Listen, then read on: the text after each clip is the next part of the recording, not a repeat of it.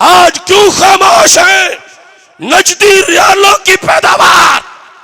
उधर मस्जिद अक्सा तो रो रही है, बैतुल मुकद्दस के आंसू नहीं थम रहे कि मेरे वारसों तुम कहां हो।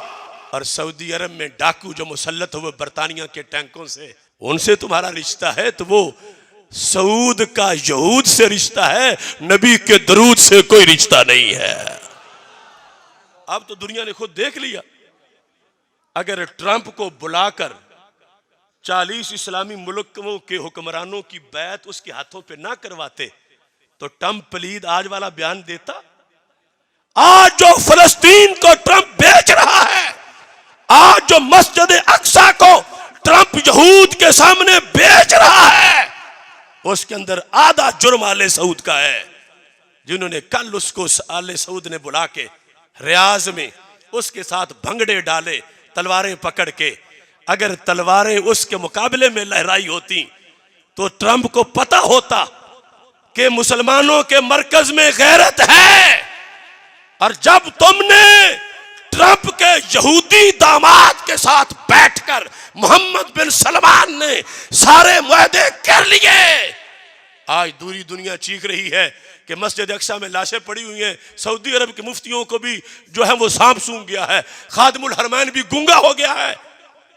क्या जुर्म नहीं है लोगों का?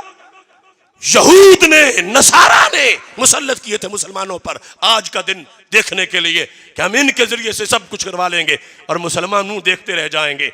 और उनके रियालों के पले हुए आज क्यों चुप कर गए? आज क्यों खामोश है? नजदी रियालों की पैदावार। उधर मस्जिद अक्सा तो रो रही है, बैतुल मुकद्दस के आंसू नहीं थम रहे कि मेरे वारसों तुम कहां हो।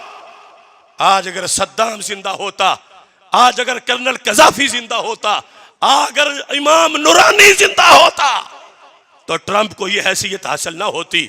अगर ट्रंप को मुसलमानों पर सवार किया है तो शाह सलमान बिन अब्दुल अजीज ने सवार किया है। और ये लोग सारा सौदा करा के चुप कर गए। लेकिन हम बताना चाहते हैं, ट्रंप सुन लो, एक गधे की औलाद, ये शाह सलमान उम्मत का तर्जमान नहीं है। मस्जिद अक्सा के वारिस 2 अरब मुसलमान हैं। और मैली आंख से मत देखना अक्सा की मस्जिद को, ये क़यामत तक के लिए मुसलमानों का विरसा है।